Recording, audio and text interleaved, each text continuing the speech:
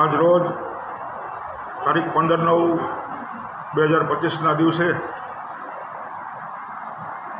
અમારા સુલતાનપુર ગામમાં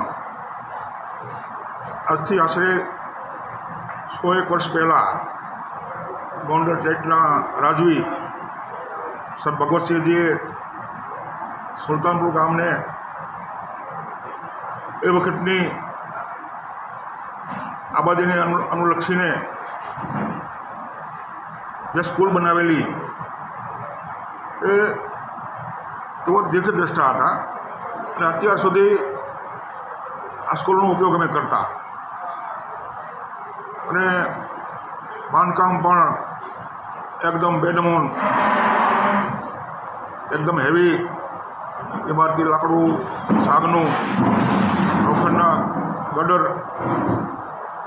પણ રેલવેના પાટા જેવા અને ઘડેલા કાળમીન પથ્થરથી સ્કૂલ બેનમૂન બનાવેલી એ સ્કૂલ 2001ની સાલમાં ભૂકંપ આવતા જર્જરિત થઈ ગયેલી.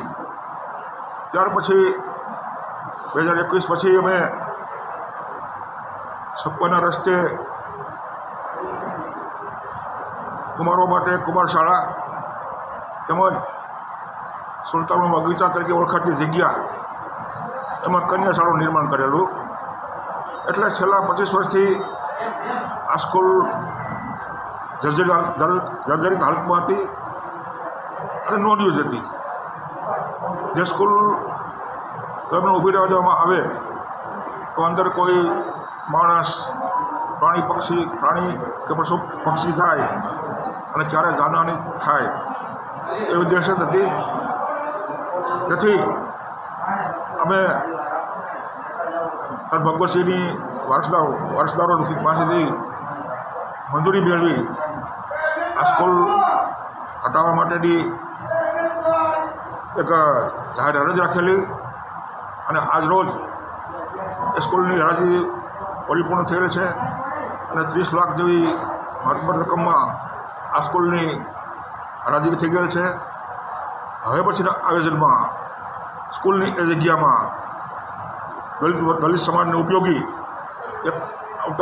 દરેક સમાજને ઉપયોગી એક આંબેડકર હોલનો બનાવવાનો મારો પ્લાન છે. બાકીની જે જગ્યા વધે એનું પ્લોટિંગ કરી અને જે તે વિસ્તારના આસામીઓને ફાળવી આપવા માટે અમારી ઈચ્છા છે. આ બાબતે